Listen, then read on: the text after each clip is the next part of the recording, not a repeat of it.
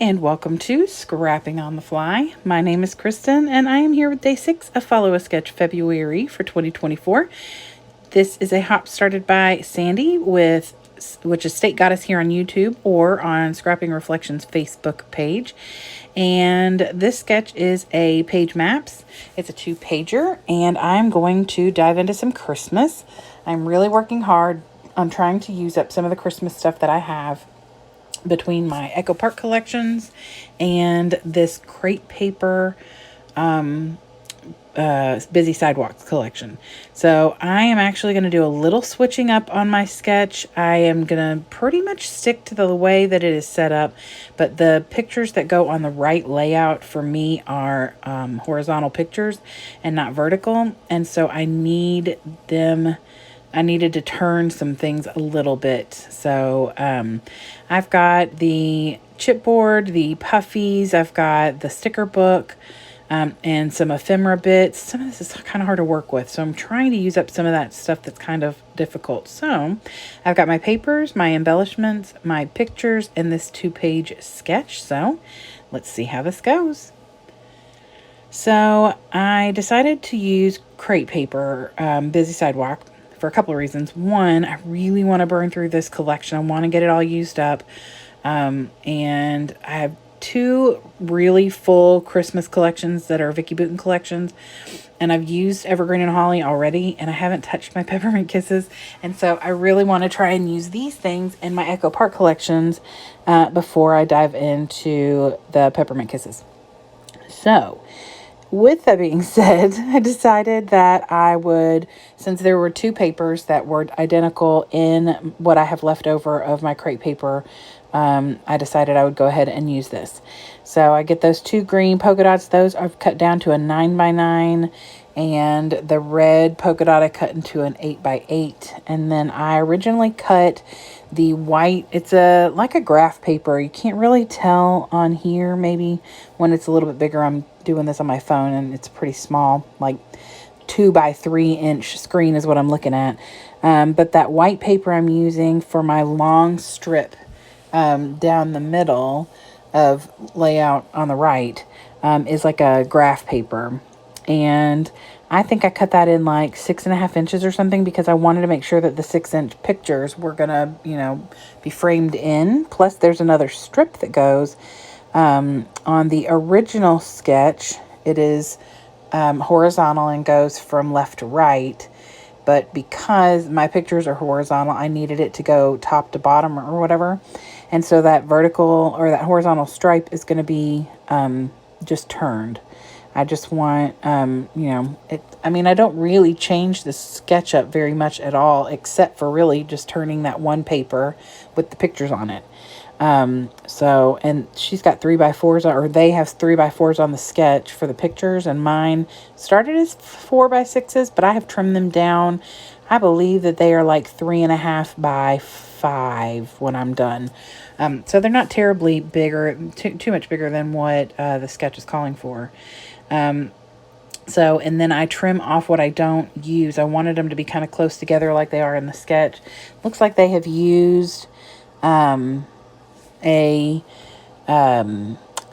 frame in that middle picture, but I didn't have a frame that would work with this collection. I did have a frame, but it would have only fit like on a smaller picture, and so I just didn't use it at all, and that's fine. I will find another way to use that up. I do have quite a bit in this collection that I'm having a hard time using. I bought this, I don't know, I think it's a 2021 collection, like Christmas 2021, and so I would have bought it maybe early 2022. And so I was trying to find things that had like cookie making things, because we document our cookie day every year, and so there was a lot of that with this collection. But now that I'm done documenting cookie day, I still have all these like cookies and embellishments and papers. But there's also a lot of clear stickers in this collection, and so I kind of am not a huge fan of clear stickers. I normally will back them, and that way they're not really a clear sticker anymore, but that's just extra steps that sometimes I don't feel like doing. So luckily, I find a way to use some clear stickers that I don't have to back on this layout. I do put a journal card down, and I do ink around the journaling with my vintage photo. And I also inked with the vintage photo down that long strip of white, like graph paper, that is on the right layout. I inked down the side of that so it would stand out where the white is on white. And so then I'm just going to start embellishing. I used the stripe paper as my little strip of paper on the left layout so it would bring the same pattern from the right. And then I used that red polka dot from the left layout on the right side up here at the top so that it would bring that pattern over. And so now I'm just going to embellish. I'm using some chipboard. I've got that little banner above the picture of my aunt. I've got this poinsettia set over here on the top.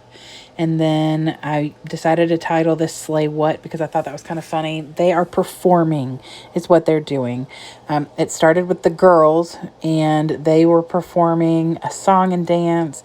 And then the boy, this is my niece, my daughter, and my daughter's friend. Mind you, this is like 8 years ago. And then the boys decided that they wanted to also perform, so they got up and did some kind of funny skit and told jokes or something. And then my aunt thought that she should also do the same, so she got up and did a little song and dance or something.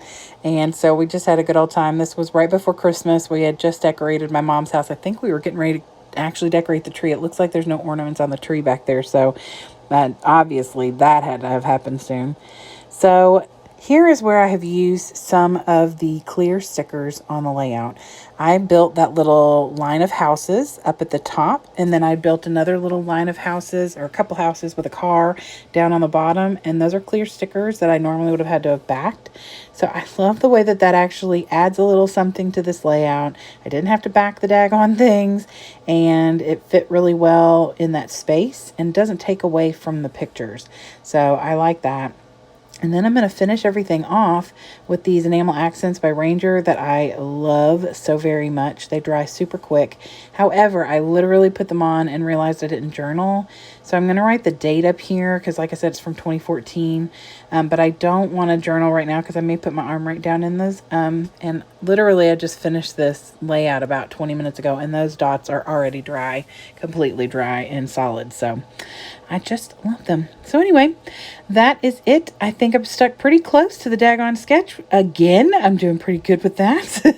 Not that I have to, but it, I enjoy when everything kind of works out that way.